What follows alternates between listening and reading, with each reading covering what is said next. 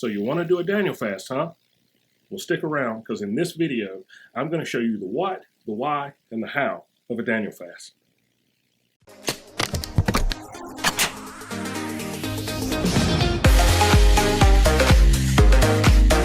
Hey y'all, it's Pastor B from Forward Church. Welcome to today's video. In this video, we're going to talk about the what, the why, and the how of the Daniel fast. But before we get started into that, why don't you do me a favor and subscribe to this channel so you can keep up with more videos designed to help you move forward with God. Today, we're looking at the Daniel fast from 3 different angles. We're asking, what is a Daniel fast? Why should anyone do a Daniel fast? And how do you do a Daniel fast? Now, I'm also going to show you one big thing that you can do to get the most out of your time with God over your Daniel fast. So make sure you stick around to the end of the video to find out what that is. Now, before we jump in, why don't you comment below if you've ever done a Daniel fast before. Let me know who you are and what your experience was with that. I'm very interested in hearing more about how that worked out for you. So let's jump into the Daniel fast. Number 1, what is the Daniel fast? Well, simply put, the Daniel fast is a fast that's designed around some eating habits of an Old Testament prophet by the name of Daniel. Now, you may be sitting there going, I don't know who Daniel is, and why would I want to eat like he did? Well, in the book of Daniel, particularly chapters 1 and chapter 10, we find the story of Daniel modifying his diet in order to go on a modified fast to seek God. The key verses are found in Daniel chapter 10, verses 2 through 3, and here's what they say. In those days, I, Daniel, was mourning for 3 weeks. I ate no delicacies, no meat or wine entered my mouth, nor did I anoint myself at all for the full 3 weeks. So from those verses are kind of the basis for what modern Christians practice when they call it the Daniel fast.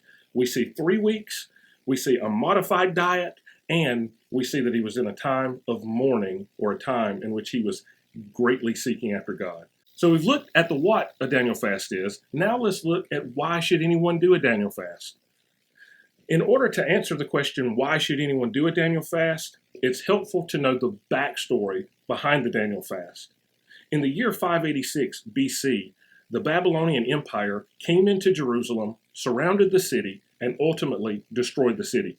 They even tore down and burned down to the ground the great sacred Jewish temple. Now, as they left, they took with them some prisoners of war. And in that company of prisoners of war was a man by the name of Daniel. Daniel eventually made his way back to Babylon. He worked in the king's court for King Nebuchadnezzar at the time. And eventually the Babylons were overtaken by the Persians.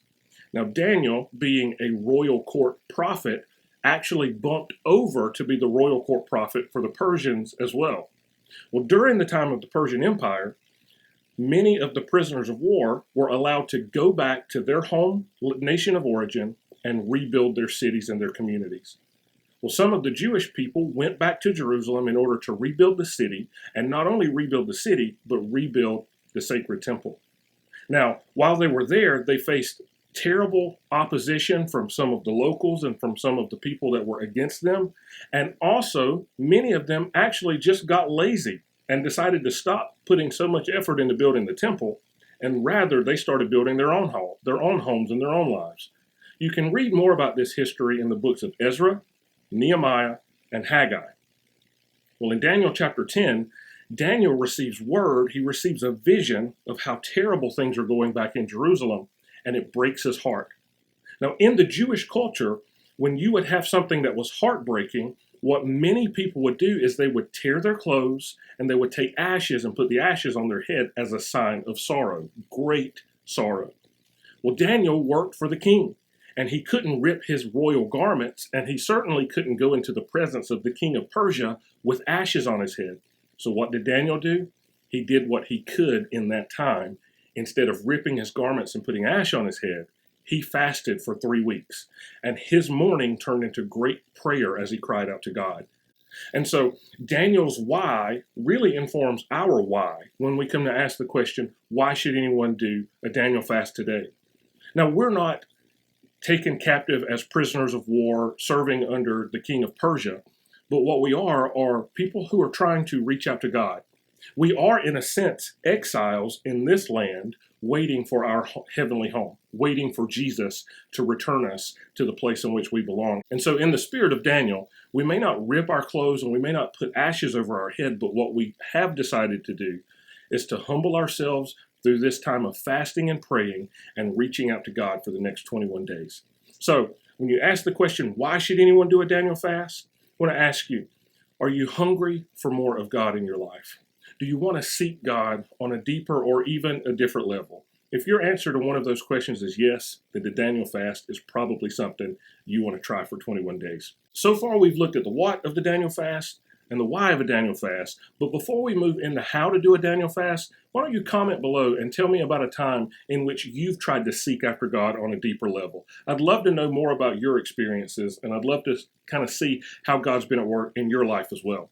So now, as we're moving on to the third part, how to do a Daniel fast, I want you to know there are a lot of rules that come along with the Daniel fast. The Daniel fast is 21 days long, and in that 21 days, based on the scripture of Daniel not having no delicacies, no meat or wine entering his mouth, that's where we kind of get these rules for the Daniel fast. Now, I want to let you know, it seems extreme up front, but that's really what a fast is. A fast is an extreme measure where we're trying to reach out and connect with God on a different way. On the Daniel fast, you can have no meats. That means no eggs, no chicken, no beef, no fish. There's no dairy on the Daniel fast. So there's no milk or anything that's a dairy product. Y'all, there's no cheese on a Daniel fast, and that's something that makes it an affliction of my soul. So there's no meat, there's no dairy.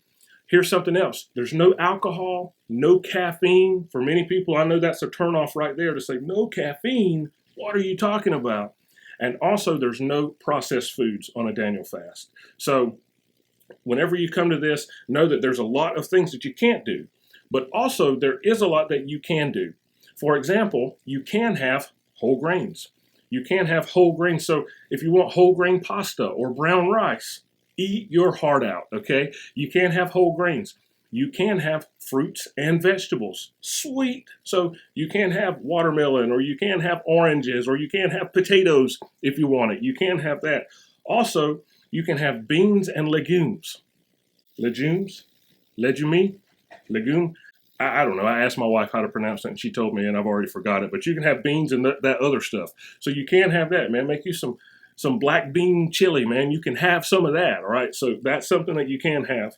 And also you can have nuts and seeds. So there are some small things that you can get while you're on the Daniel fast. And so as we talked about the how to do that, just know that you can go online, you can Google it, you can even go to YouTube, and you can find certain things that you can and can't do on the Daniel fast. For today's bonus tip, I told you at the beginning of the video, if you would stick around with me, I'll show you one big thing that you can do to make sure you get the most out of your time with God on your Daniel fast. And here is that one big thing. Let the Daniel fast be driven by your relationship with God. Here's what I mean by that. There are so many rules for the Daniel fast. Like, can I eat this or can I not eat that? What can I do? What can't I do? And because there are so many rules, legalism creeps right into that. And before you know it, instead of seeking close to God and building a relationship with God, you can be more concerned with the legalistic rule following of the Daniel fast. Some of the times that I've failed the Daniel fast personally have been whenever I've spent more time focusing on what I don't have or what I do have, or what somebody else is eating or not eating on the Daniel fast. And before I know it, instead of growing in my relationship with the Lord, I've become religious and legalistic. And so if you want to know one tip to be able to get the most out of these 21 days that you spend with God on the Daniel fast, it is to be relationship driven.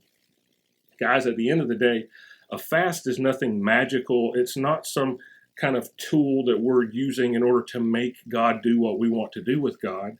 It's actually us submitting our flesh and using a spiritual discipline or spiritual practice to draw closer to God. It's kind of like prayer 2.0, right? And so I just want to encourage you, as you go through the Daniel fast, there's going to be times when you're more worried about your food, or you're more worried about the things that you're giving up than you are about God.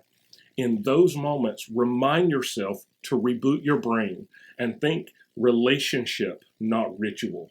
Remember, if you can be relationship driven If you can focus on growing closer to God, you will get the most out of your time with God on this Daniel fast. If you want to learn more about the Daniel fast, or really about any spiritual disciplines or growing in your walk with Jesus, make sure that you click on that subscribe button and hit that bell icon so you can be notified when new videos come out from this channel. These videos are designed to help you move forward with God. So thanks, guys, and I'll see you on the next one. Bye.